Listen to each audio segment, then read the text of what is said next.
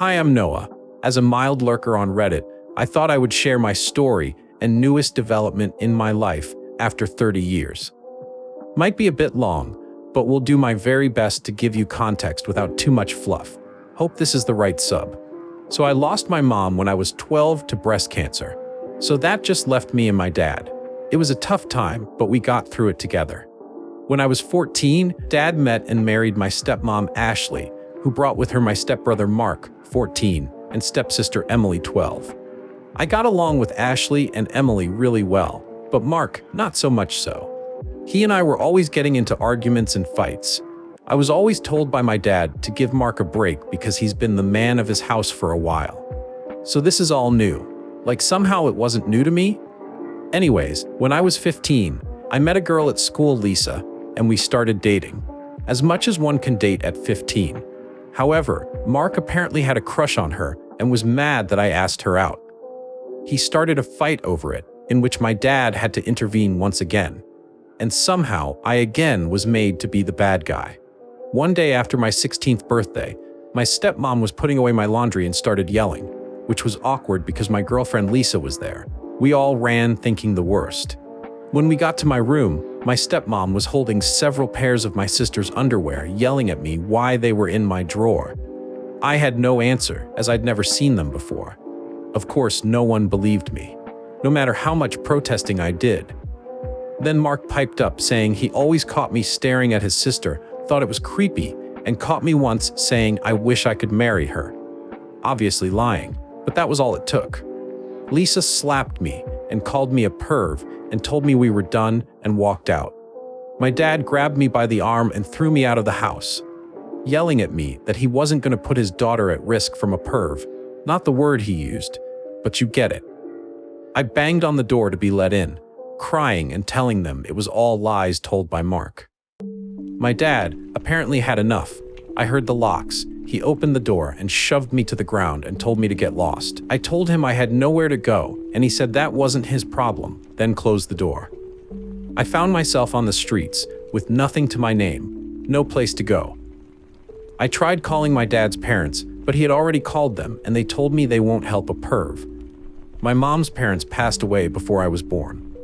Well, I lived on the streets for 2 years, doing what I had to in order to survive. No kid should have had to do what I had to do in order to just live, just saying. There were some really dark days. Lots of therapy later in life helped me with this. Shortly after I turned 18, I found a job working at a boxing gym, states away from where I began this horrible journey. I worked there for years, learned the sport, never gonna beat Mike Tyson, but was good at the sport, which helped me with my hate and anger. Then one day I met a new girl, Ame, 20, at the cafe down the street from the gym. At this point I was 35, I know, huge age gap, but we just clicked. I don't believe in fate or soulmates or any of that stuff like that, but if there is such a thing, we had it. Don't know how else to put it. We dated for 2 years and then got married. Her dad was an electrician and hired me afterwards. I think mostly to know I would be able to support his daughter and know I was doing right by her, but also in case he needed to keep me in check. He never said this, but as a dad, I get it now. Well, 15 years later, we are still together with 4 beautiful daughters. I just passed my master's license as an electrician. Thanks to my wife for pushing me to get my general educational development test. She has been my rock, my cheerleader, my overall support through this all, and I can't tell her enough how much she changed my life and how much I love her. Anyways, sorry for the tangent. So just this last weekend, I received an email from my stepsister. Not sure how she got my email address, but I know it isn't hard via the internet, not like I've been hiding. Mind you, I'm now pushing 53, so it's been more than 30 years since I've heard from any of them. It was a long email. Not going to give you all of it, but the meat of it is, they now know what really happened. Mark, I guess, was busy drinking with his buddies on Friday, and somehow my name was mentioned. Mark, I guess, started bragging about how he set me up and took my girl. Yup, Mark and Lisa got married all those years ago. They were all laughing, hoping I died on the streets, a bunch of rude and vile stuff. Guess he forgot Lisa was there, and she heard it all. So she called my stepsister to let her know, and so Emily spent all weekend trying to find me. Like I said, the email was long. Short of it is, they want to apologize face to face, although it was already said in the email multiple times, and want to make up for lost time. I'm indifferent to the idea. Like, I have no ill feelings towards her. She obviously was young and had no real say in the matter. But with lots and lots of therapy, I learned to let go of that hate and anger and to let go of them. As well, with all the love I receive from my wife, kids, and in-laws, it's all I really need. I'm of the idea of just deleting the email and moving on like nothing happened. My wife thinks I should at least respond back, even if to say something snarky like, "Thanks for finally believing me, only took over 30 years. Did I mention my wife has a mean, petty streak to her? Lol. She's awesome. Guess not asking for advice, just wanted to share my story. There is a boxing quote that I have up in my house that reminds me every day. To see a man beaten not by a better man, but by himself is a tragedy.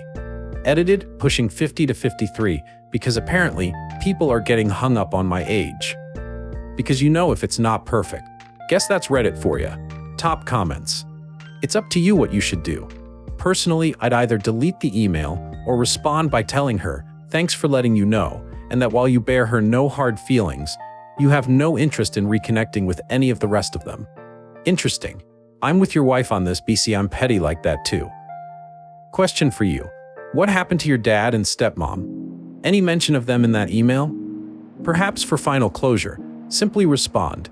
You appreciate them reaching out after more than 30 years, but you have a great life without any of the people who would throw out a 16-year-old child on the streets. Then, ask not to be bothered again, or say you're willing to meet if and when Mark, Lisa, your dad and stepmom beg for your forgiveness on their knees to make up for the hell you endured. Original poster replied, I might have to do an update and more info post. Like I said, it was long, but to at least answer your question, dad, stepmom still together. Update 2 days later. First, I want to thank everyone for their kind words and advice. I wasn't looking for advice, just wanted a place to share my story. To those that gave me credit for overcoming everything, thank you. However, the wife thinks she deserves most of it, lol. And in all honesty, she does.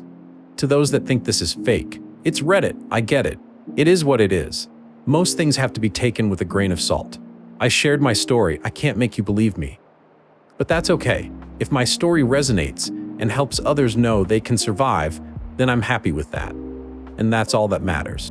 Okay, for the update, gonna post most of the original email, as a lot of you have requested. Kept out some deep personal info, but majority of it is there. Might have to break it up due to character limit. Plus, a response with the help of my wife.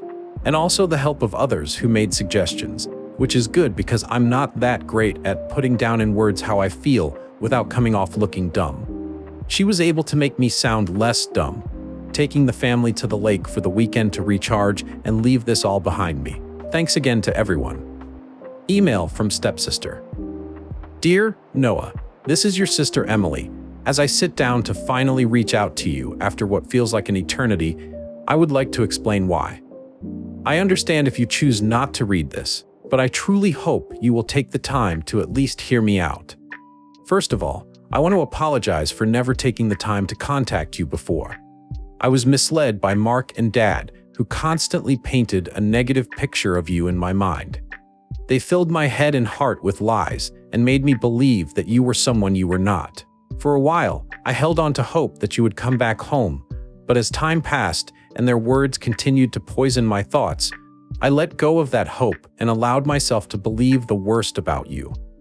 It pains me to admit that I even started to hate you, despite the fact that deep down, I always considered you a brother to me. I felt betrayed by the twisted image that was presented to me, and I regret not reaching out to hear your side of the story sooner. A lot has changed in our family since you left. I got married, and now you're an uncle. Mom and Dad are still together and are preparing for retirement. Mark and Lisa eventually got married, and they have no children. However, the truth that has recently come to light has shaken the very foundation of everything I thought I knew.